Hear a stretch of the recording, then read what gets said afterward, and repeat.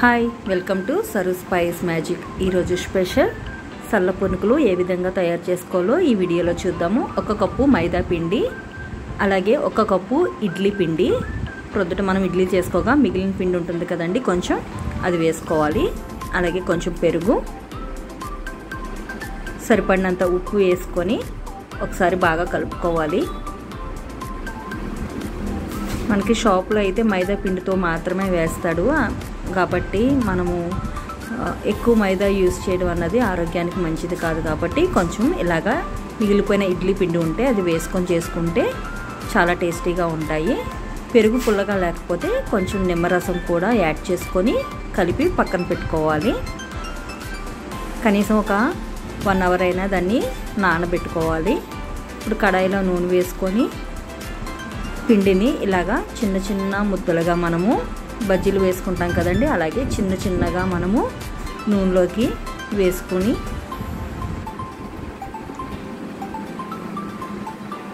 వెంటనే కదపకూడదండి। కనీసం ఒక 10 నిమిషాలైనా మనము మీడియం ఫ్లేమ్ మీద వీటిని అలా ఉంచితే చూసారా వాటికి అవే పైకి చక్కగా పొంగుతూ వస్తున్నాయి।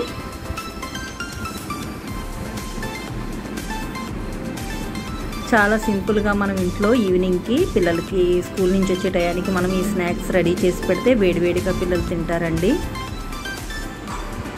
అలాగే బయట కొనే కన్నా మనం ఇంట్లో ఎక్కువ పిల్లలకి ఇలాగ ఈ విధంగా స్నాక్స్ చేసి పెడితే వాళ్ళు చాలా హెల్తీగా ఉంటారు।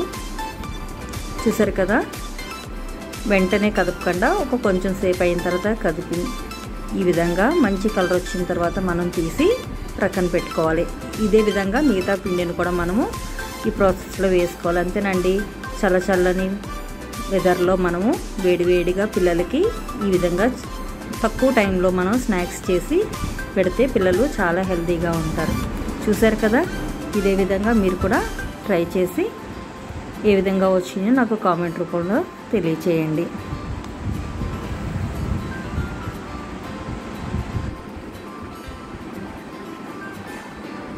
చూడండి ఎంత గుల్లగా వచ్చాయో, చూస్తున్నారు కదా, చాలా గుల్లగా వచ్చినాయి। అచ్చం మనం బయట కొనే వాటిలాగానే ఉంటాయండి, టేస్ట్ కూడా సేమ్ అలాగే ఉంటుంది। మీరు కూడా ట్రై చేయండి।